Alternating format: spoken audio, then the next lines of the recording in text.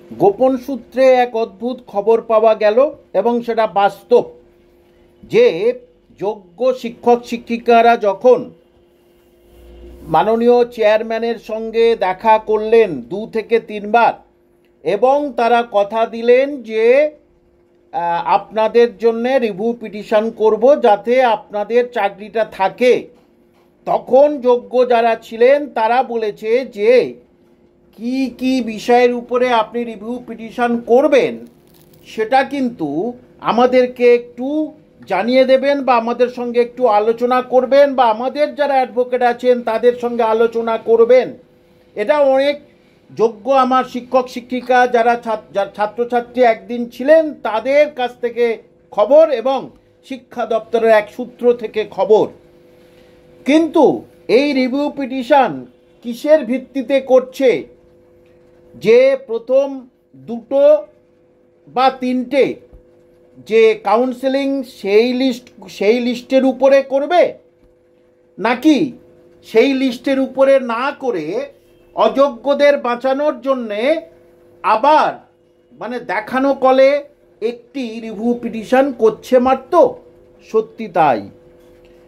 যোগ্য শিক্ষক শিক্ষিকাদের কথা বলল যে তোমাদের সঙ্গে সাক্ষাৎ করব, তারপরেই যোগ্য শিক্ষক শিক্ষিকাদের সঙ্গে সাক্ষাৎ না করে অযোগ্যদের সঙ্গে সাক্ষাৎ করলেন অনেকক্ষণ ধরেই, অনেক সময় ধরে, এবং তারপরেই অনেক পরে চেয়ারম্যান বার হওয়ার পরেই যখন যোগ্য শিক্ষক শিক্ষিকা বলছে কি ব্যাপার রিভিউ করতে যাবেন শুনলাম বা রিভিউ করবেন, কিন্তু সেটা কিসের উপরে ভিত্তি করে, কিসের উপরে, কোনো রকম কথা বললেন না।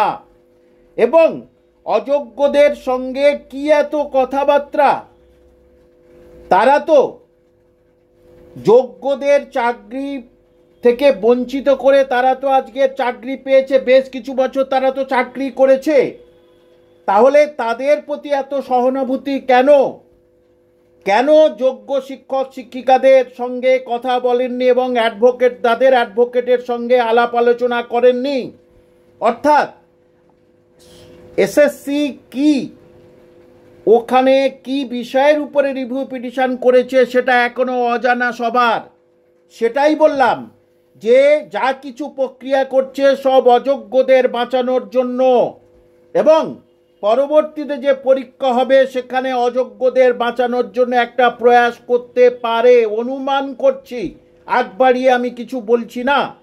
তাহলে কেন এই রিভিউ পিটিশন করা হলো? তাহলে সেটা কি জনমানুষের কাছে আপনাদের ভাবমূর্তিটা ঠিক রাখার জন্যে যে দেখো আমরা কিন্তু রিভিউ পিটিশন করেছি তোমাদের বাঁচানোর জন্য? আসলে পুরোটা আই ওয়াশ।